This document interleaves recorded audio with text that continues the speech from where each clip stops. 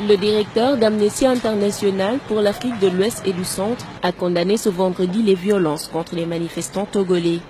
Ces derniers, qui réclament des réformes constitutionnelles et le départ du président Faure Gnassingbe, ont essuyé des tirs de gaz lacrymogène de la part des forces de l'ordre.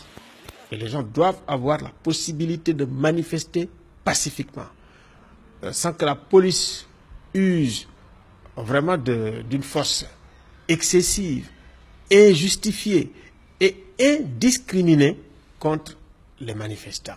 Et non pas une intervention des militaires qui entrent dans des maisons, qui fouillent les maisons. Et il y a des gens qui sont giflés, et d'autres qui sont blessés et qui se trouvent très mal.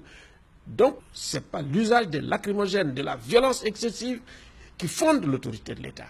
Je pense qu'il faut de plus en plus que les gens soient tolérants et qui respectent leur propre constitution, qui respectent la charte africaine des droits de l'homme, qui autorise les gens à manifester, à exprimer leur opinion publiquement.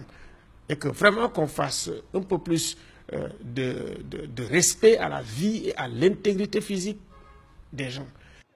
Les exigences des Togolais sont notamment la limitation des mandats présidentiels à 2, un scrutin à 2 tours, et ils protestent contre le régime du président Faure Gnassingbe qui a succédé il y a 12 ans à son père, lui-même resté au pouvoir près de 40 ans. Des journées de manifestation ont été lancées les 6 et 7 septembre par une coalition de l'opposition togolaise CAP 2015, le groupe des 6 et le PNP, le Parti national panafricain, rejoint par plusieurs partis mineurs, d'où l'importance de la mobilisation. Une marée humaine, plus de 100 000 personnes selon Amnesty International, a défilé dans la capitale togolaise, véritable démonstration de force par une opposition qui a longtemps échoué à parler d'une seule voix.